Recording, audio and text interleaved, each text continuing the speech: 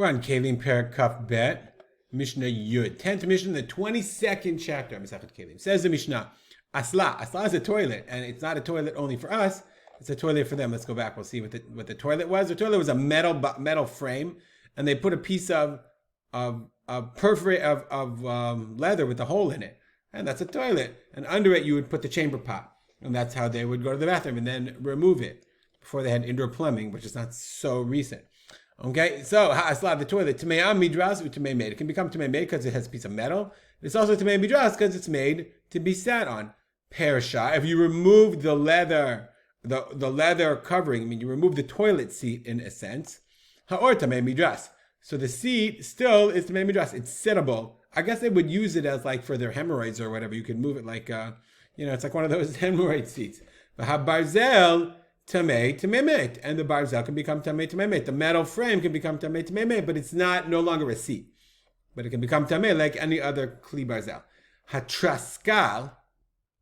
So a traskal, the Bartunura says, is a sal katan hasui me arava klufa. It's a small sal, as a basket made from aravat, from palm. Aravat is palm, from, I guess, folded kaluf is woven aravot. Okay, not right. Yeah. Okay. Shechuviyav shalor, but it was covered with, this little basket was covered with leather.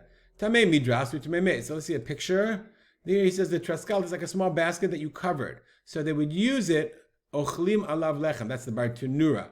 Okay, you would put bread on it. It was kind of like an inverted bread basket. But once you put leather on it, then it's tamei midras, because you could sit on it like a seat cushion.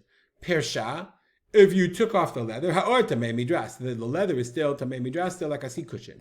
V'atraskal tahor miklum. The traskal, okay, is not usable at all. Mipnei katno lo chazil yeshiva. It's small on it itself. It's not, you can't sit on it. V'lo l'shar tashmishim she'en lo defano. The Bartunura says it doesn't have any walls. So it's interesting. This seems unusual. This picture seems a little weird. It seems to me more like a tray of some kind. It had no walls. So I don't think I would draw it in that way. I would maybe draw it with a little flatter. That's why if you turn it over, it has no walls, and therefore it's not tamei at all. That's how you have to understand it, because otherwise it would become tamei. Otherwise it would become tamei, the traskal itself. Safsalin shebemerchatz ushtei raglav shel eitz tamei. You have benches in the Beit HaMerchatz, in the bathhouse. The benches in the bathhouse are made of shayish. They're made of marble. But the legs are made of wood. So normally clay even, vessels made of stone, are not mekabel tuma. So that's exactly the point. Im yashav azav alehem tmeim raglayim. Let's read the Mishnah. So okay, ushtei raglav shel eitz tamei. The raglayim, the legs, become tamei. The shayish itself cannot become tamei. But if one is made of, one of the legs is made of wood, and one of them is made of even, made of stone, then tahor, then the whole thing becomes, does he have a picture? Then the whole thing, it's interesting. Here's another possible picture of the traskal.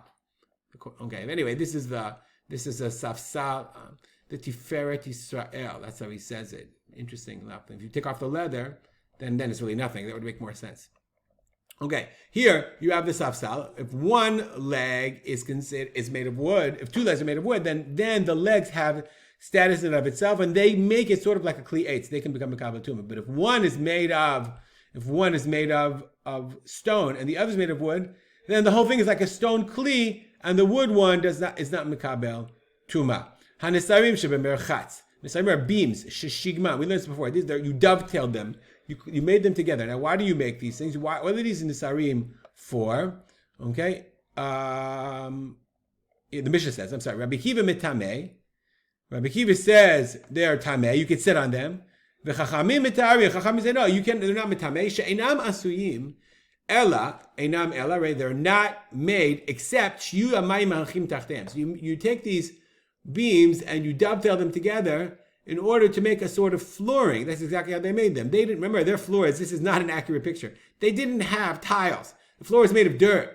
And the water would be poured out. They would just let it out and let it go out of the drain. Nobody wanted to walk on your disgusting water. So they made a flooring, a raised flooring, that people could walk on the floor. And you can see here the way he draws it, they were dovetailed together in order the beams would go together, people would be able to walk. But apparently people used to sit on them.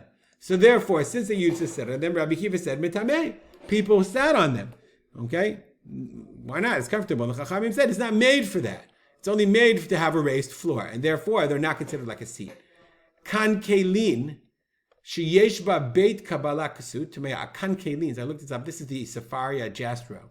So you have a Jastro bonus. A Kan Keilim is a perforated vessel for fumigation. One of the ways when they would, and you have a Jastro bonus here, Keilim, here's a bonus. This is a really nice Jastro. I have to use it more. Sometimes I have a hard time finding the words in it, so that's why I use the old one. Anyway, the Kan Keilim. So what they would do, and the way they would make their clothes, the way they would clean their clothes, they would fumigate them, they would smoke them to make them smell nice, to use, like to put incense under them. So that's how they would infuse. Now we have fabric softener with freshener and whatever. We want our clothes to smell good. They would smoke them. So if it has a Beit Kabbalah Kasut, if it has a place to hold it, meaning if you stuff it in here and then you smoke it, this is, I guess, a picture of a smoking of incense, then it's tameh. But if it's made, let's back to the Mishnah. But so yaki kaveret, if it's like a kaveret. Kaveret is like the word kaveret is an interesting word. I always think it's like a hive or like a basket. Meaning, the Bartuner says, meaning mifushelet b'shnei tzdadim. Okay, mifushel means if it's closed on both sides, then it doesn't have a beit kibul, right? It's closed here. Oh, I'm sorry, open on both sides. Mifushal is open on both sides, and therefore you can't put anything in it. It doesn't hold anything. Okay, then it's tahor. Why? Because it doesn't have a beit kibul, so you just stick it on top. It's a smoker. It's a fumigator that has no beit kibul, and therefore it's not mekabel tuma.